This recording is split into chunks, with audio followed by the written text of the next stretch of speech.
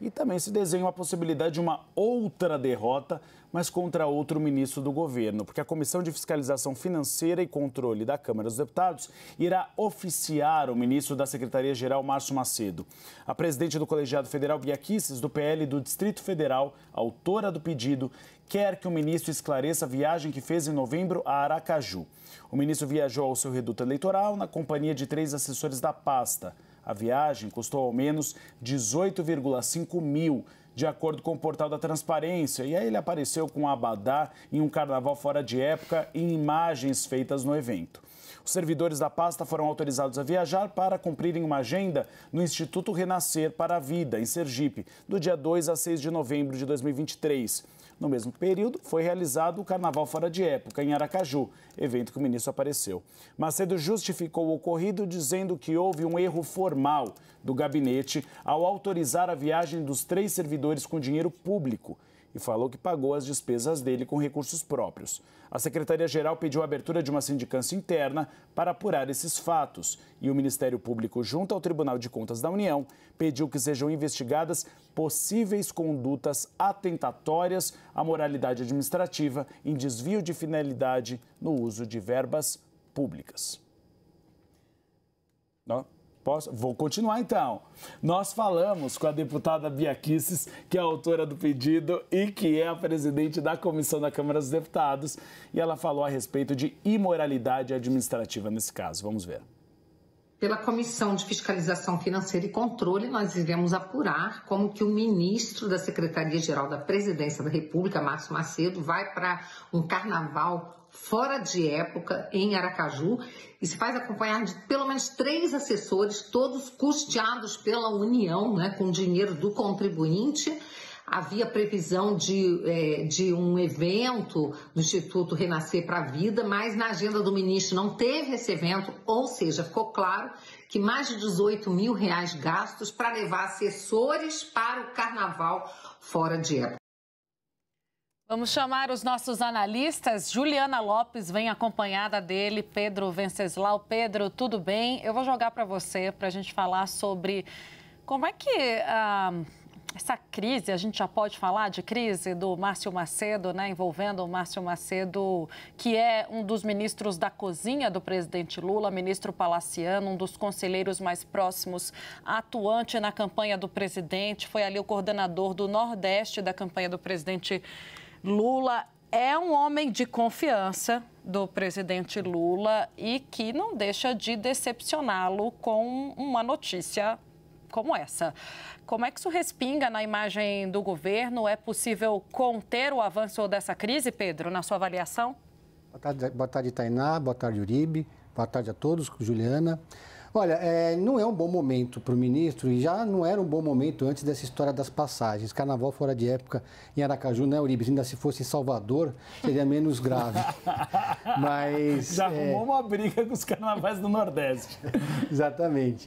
Mas ele já vinha sendo muito pressionado pelos movimentos sociais, porque uma das missões do ministro Márcio Macedo no Palácio do Planalto é fazer justamente essa interlocução entre o Palácio do Planalto, o presidente da República, e movimentos como MST, MTST e também as centrais sindicais.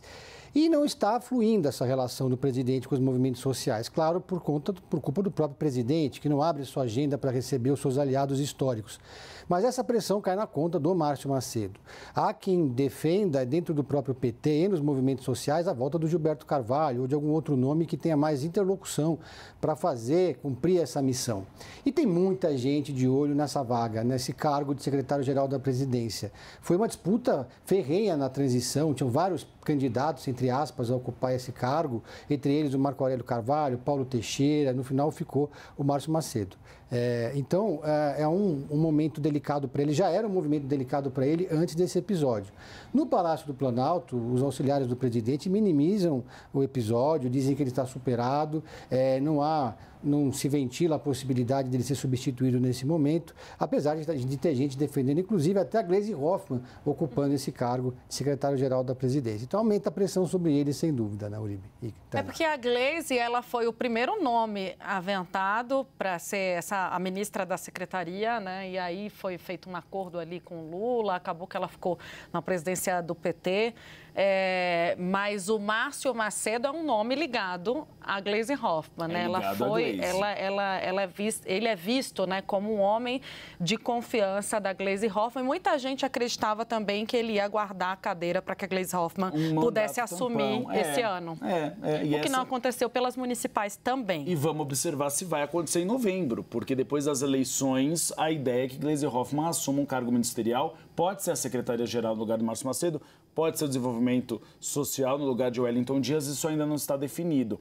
Juliana Lopes, é uma situação que acaba se complicando porque foi mal explicada.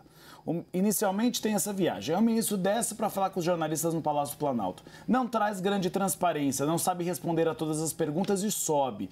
Isso dá margem para a oposição surfar nessa área, né? Se alguém tinha alguma dúvida, Uribe, com essa fala de Bia Kicis, já está muito claro, né?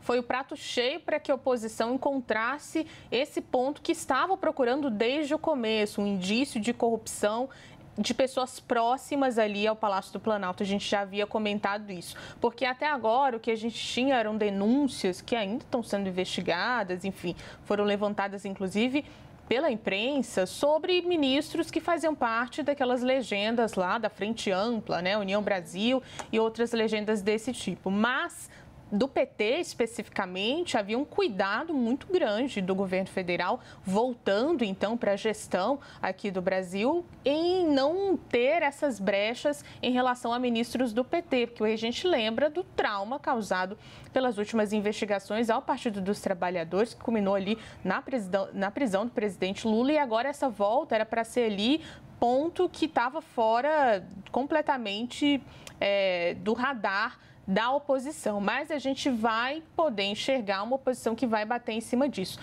Uma fonte ali do Congresso me fez uma avaliação muito interessante, que é a seguinte, de que a gente teve uma oposição ali no Congresso até aqui que foi bastante desorganizada em relação a que pauta iria dar, né, priorizar no Congresso Nacional, e faltava ali o ponto principal, que eram as questões de corrupção, e agora isso aparece de alguma forma. É claro que tudo precisa ser investigado, mas os impactos disso para o PT, para o governo em si, já podem ser sentidos com essa fala que veio de Bia Kicis e também de outros integrantes da oposição.